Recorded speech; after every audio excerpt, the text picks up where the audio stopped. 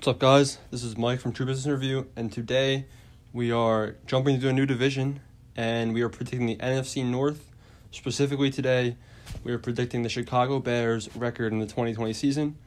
So far, we predicted every single individual team from the NFC East, so make sure you guys check out those videos in the prediction playlist that is on this channel. And I just want to say, make sure you guys are subscribing, keep up the support on the channel, and let's get right into things. So before we start predicting game by game every single Bears win or loss, let's talk about what they did so far in the 2020 offseason. So they got rid of Prince Amukamara, and they drafted Jalen Johnson as a replacement with the 50th pick in the draft. Then they signed Ted Ginn Jr., who's 35 years old, and last season he had 30 receptions, 420 yards. So he's not going to be the greatest guy that they added, but he'll be a solid person to go along with some of their other receivers.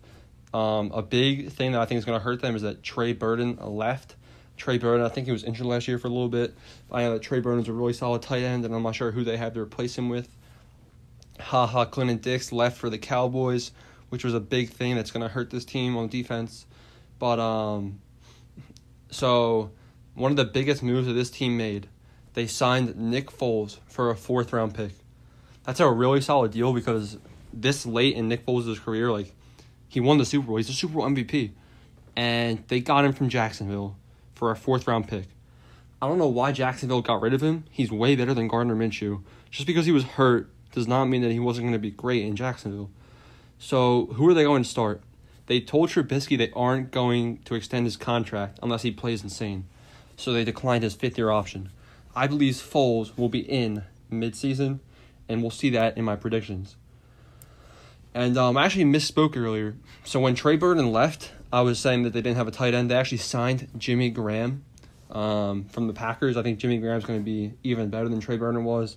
I think he'll be an important piece in this offense. This team was missing a tight end, like a big guy last year. Obviously, they have a decent receiver room. Their main receivers now are Allen Robinson, who I think is underrated. It just sucks for him because he's playing with Trubisky. And then Cordarrelle Patterson, who's a solid dude. Anthony Miller, who's probably going to be competing with Ted Ginn for the 3rd and 4th receiver job. Another overlooked thing for this team is their running backs, Tariq Cohen and David Montgomery. Montgomery had a solid rookie season. I think he was underused. I think if they maybe give him a little bit of a larger workload, then things might go more in his favor. And then obviously, it can't be understated, they have Khalil Mack on defense to carry the team. And because last year they saw how many times he was double-teamed, they brought in Cowboys defensive end and a huge player addition of Robert Quinn. Khalil Mack and Robert Quinn on the same defensive front is going to be a scary thing for opposing teams to be looking at. So that's what the Chicago Bears did in the 2020 offseason. And let's look at their schedule. Let's get right into things. So, unfortunately for the Bears and the Bears fans, I believe that Mitchell Trubisky will be named the starter for the first few games of the 2020 season. So the week 1, the Chicago Bears have to travel to Detroit to play the Detroit Lions. So I'm going to be predicting the Detroit Lions in the next video, and I recommend you all subscribe and make sure you don't miss that video because it might shock some people. I think the Lions are going to be a lot better than people think. Matthew Stafford, Kenny Golladay, that offense is so underrated. They signed an offensive tackle, Desmond Trufant. Halapoulivaati Vaitai is the offensive tackle's name. They got DeAndre Swift in the draft, Jeff Okudah. I think the Lions are going to surprise a lot of people. And I believe that in Detroit, the Lions will easily destroy the Chicago Bears. Week 1, Bears start 0-1.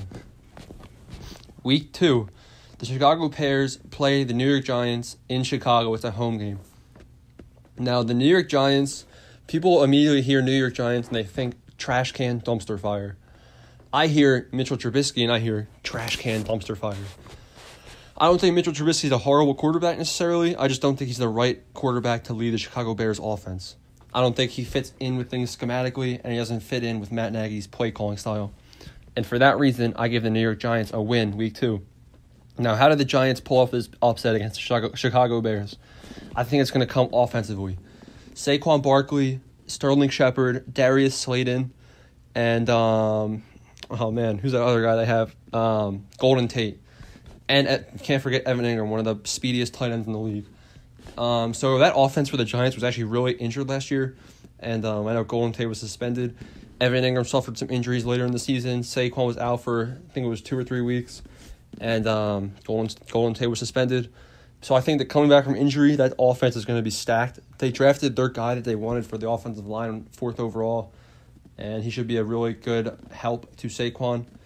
I believe that the New York Giants come into Chicago and beat the Chicago Bears. It's going to be an interesting dynamic game, though, because we have the strong New York Giants offense against the Chicago Bears' strong defensive front. How is Saquon going to perform against Khalil Mack and Robert Quinn? I believe that with Mitchell Trubisky at the helm, the Bears lose, and they are 0-2. Next up, the Bears travel to Atlanta to play the Atlanta Falcons. Once again, I believe the Falcons are underrated. The only thing I hate about the Falcons, though, is I hate how much they troll me. I always think they're going to be an 8-8 team or better, but they always just fail. The reason I think they're going to be good usually is Julio Jones, Calvin Ridley, former MVP Matt Ryan. I always like, why aren't they performing well? Who knows? So they lost a lot, though. They lost Devontae Freeman, Desmond Trufant, Vic Beasley, Austin Hooper, but they have a decent defense with Grady Jarrett, Dante Fowler, Deion Jones is one of the strongest middle linebackers in the league. And I believe that the Falcons, because it's in Atlanta, are going to beat the Chicago Bears. Obviously, the Falcons ended 2019 strongly, putting together a solid win streak to save their coach's career. And I believe they beat the Bears at home. Bears are 0-3.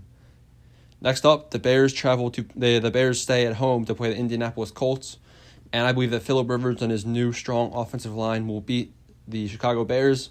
I think that Khalil Mack and Robert Quinn are going to be overlooked in this game because of the strong Indianapolis Colts front.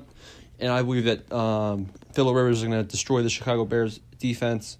Colts win big in Chicago. Bears are 0-4. Now, things are getting bad for the Bears. Next up, they play the Buccaneers in Chicago, and I believe the Buccaneers win, and the Bears are 0-5. So, the Buccaneers, obviously, another really strong offense. Tom Brady, Mike Evans, Chris Godwin, and Gronk. Really strong offense. They're looking for another running back, I would say. I wouldn't be surprised if they signed Devontae Freeman soon, because he would make a solid addition to this team. The Buccaneers' defense is decent, not the best, but with an offense like that, they're going to be scoring a lot of points every game. And I believe that the Buccaneers outscored the Bears in Chicago. Bears are 0-5. Now, at this point, Matt Nagy's not happy with Trubisky. Is he going to put Nick Foles in? I don't know. The Bears travel to play the Carolina Panthers next. This is where things get interesting. So, I predict the Bears lose this game in Carolina. Everyone here is probably like, the Bears are 0-6? Oh my God. So, here's what I'm doing. I don't think the Panthers are going to be a great team this year. And I believe at this point in the Panthers season, they're going to be a winless team. And they're going to get their first win against the Chicago Bears. So, Matt Nagy basically just lost to a winless team with Mitchell Trubisky at the helm. And now they're the winless team. So, I could easily see the Bears maybe getting 2 or 3 wins out of this 6-game stretch. But I have them 0-6 because I can see them losing every game. And if they lose to the Panthers in Carolina, guess what happens? What's that? What's that whistle? Oh, man. Nick Foles is coming off the bench. Magic Foles is coming. Nick Foles is going to replace Mitchell Trubisky week 6, and he's going to take over an 0-6 team. Nick Foles travels to the Los Angeles Rams, and the Bears are winless at this point, and he will beat the Los Angeles Rams in Los Angeles.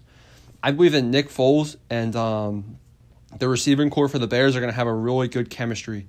Like, you saw what Nick Foles did last year with D.D. Westbrook, Chris Conley, and that whole Jaguars offense. They had a super strong dynamic going. So I think if Nick Foles can make those receivers look good, it's going to be crazy how him, Allen Robertson, and Cordarrelle Patterson look. Bears beat the Rams in Los Angeles and are 1-6. Next up, they play the Saints. Can Nick Foles keep the magic going? Nick Foles lost to the Saints in the playoffs with the Philadelphia Eagles in 2018, but guess what? He was driving downfield, game-winning drive, perfect pass to Alshon Jeffrey, slips through Alshon's hands and it's intercepted. Nick Foles' time in Philadelphia comes to an end. This is his revenge game. It's not even his fault that they lost. I believe Nick Foles beats the New Orleans Saints in Chicago in one of the upsets of the year. Personally, I think the Saints are going to have one of the best records in the whole entire NFL, and for the Bears to give this team one of their only losses of the season, it's going to be crazy. And Nick Foles is definitely going to be pumped up. Bears are 2-6 at this point.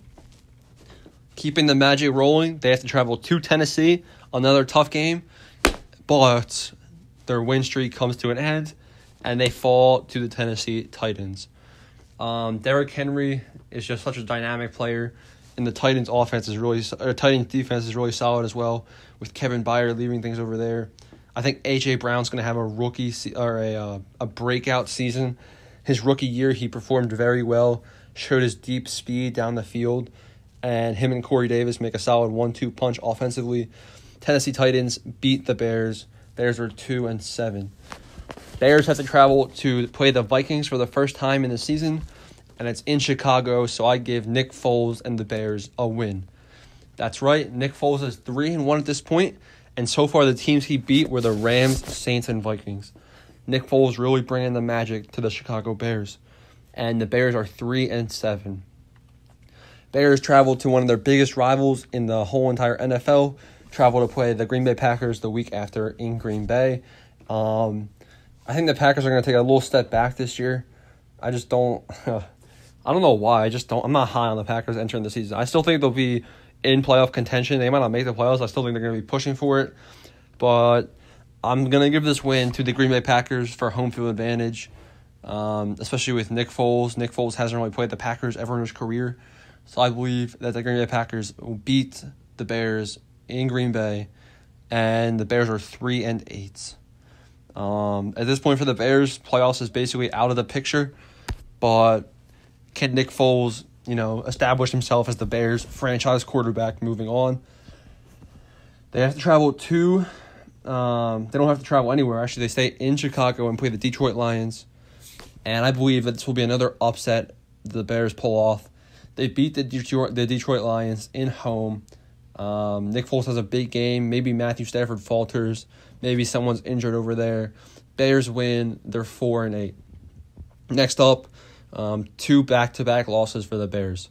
I think that the Bears, it's been a great run. They beat the Rams, Saints, Vikings, and Lions, some solid teams with Nick Foles at the helm. I think they fall and choke to a team that might be worse than them. I think that they lose to the Houston Texans in Chicago. Deshaun Watson's going to come in there, throw some deep balls to Kenny Stills maybe. I think that J.J. Watt's going to have himself a game against the Chicago Bears offensive line. The Houston Texans pull off an upset in Chicago and beat the Bears. Bears are 4-9 at this point, it looks like. Next up, they're going to lose to the Minnesota Vikings in Minnesota this time. Obviously, I gave them the win in Chicago, so I'm going to say that they split with the Minnesota Vikings in 2020. I believe that Dalvin Cook's going to have himself a game, Adam Thielen. I think that Justin Jefferson is going to be a really solid addition to the Minnesota Vikings offense, and the Vikings win big in Minnesota. Bears are 4-10. Now, they finish off the season with the Jaguars and Packers. This might be my favorite matchup of the whole entire year. The Chicago Bears travel to Jacksonville to play the Jaguars.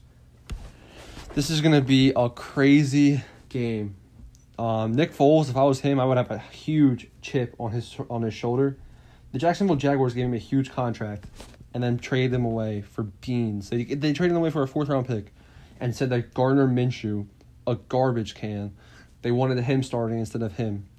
So I believe that Nick Foles comes in and destroys the Jacksonville Jaguars. I think that everyone on the Bears at this point, Nick Foles is 4-4 as a starter for the Bears, and I think that at this point everyone's going to rally around him like the team is, and they're gonna perform so well this game, especially because the Jaguars I don't think are going to be a great team at all in 2020. The Bears beat the Jaguars 31-13 destroy them in Jacksonville. It's going to be really funny. Next up, the Bears play the Packers to end the season in Chicago. And I think that at this point, this could be the Packers trying to get into the playoffs. The Packers might be 9-7 at this point. They could be 9-6. Not 9-7. They might be 9-6 or 10-5. And they might be trying to win the division here. I believe Nick Foles upsets the Chicago Bears rivals, does not let them get into the playoffs maybe, and he beats the Green Bay Packers in Chicago to end the season. So the Chicago Bears' overall record is 6-10. However, this is contingent on Mitchell Trubisky being the starter for at least 6 weeks. If Nick Foles starts some of the earlier games in the season, I could easily see the Bears I could see their ceiling being 10-6, more realistically 9-7. I don't see the Bears losing more than, I don't see them winning more than, I don't see them winning any less than 5 games this season, especially if Nick Foles plays the amount of games I said. So I believe that Mr. Trubisky's record is going to be 0-6, maybe 1-4, 1-5. But as I just predicted, I think Nick Foles goes 6-4 against the tougher teams in the on the schedule. And I think that Bears fans are going to be happy about the way that their season ended, even though it wasn't the right result. Not only is Nick Foles going to beat the Packers and maybe upset their playoff chances, but he's going to show that he has the ability to take this team far in 2021. I believe Chicago Bears go 6-10, maybe 7-9, 8-8. We'll have to see depending on how long Foles plays. So that's it. Like I said earlier, next up is the Detroit Lions. Make sure you subscribe for that video because it's going to be a really good video. You're not going to want to miss it. And that wraps things up. And thanks for watching.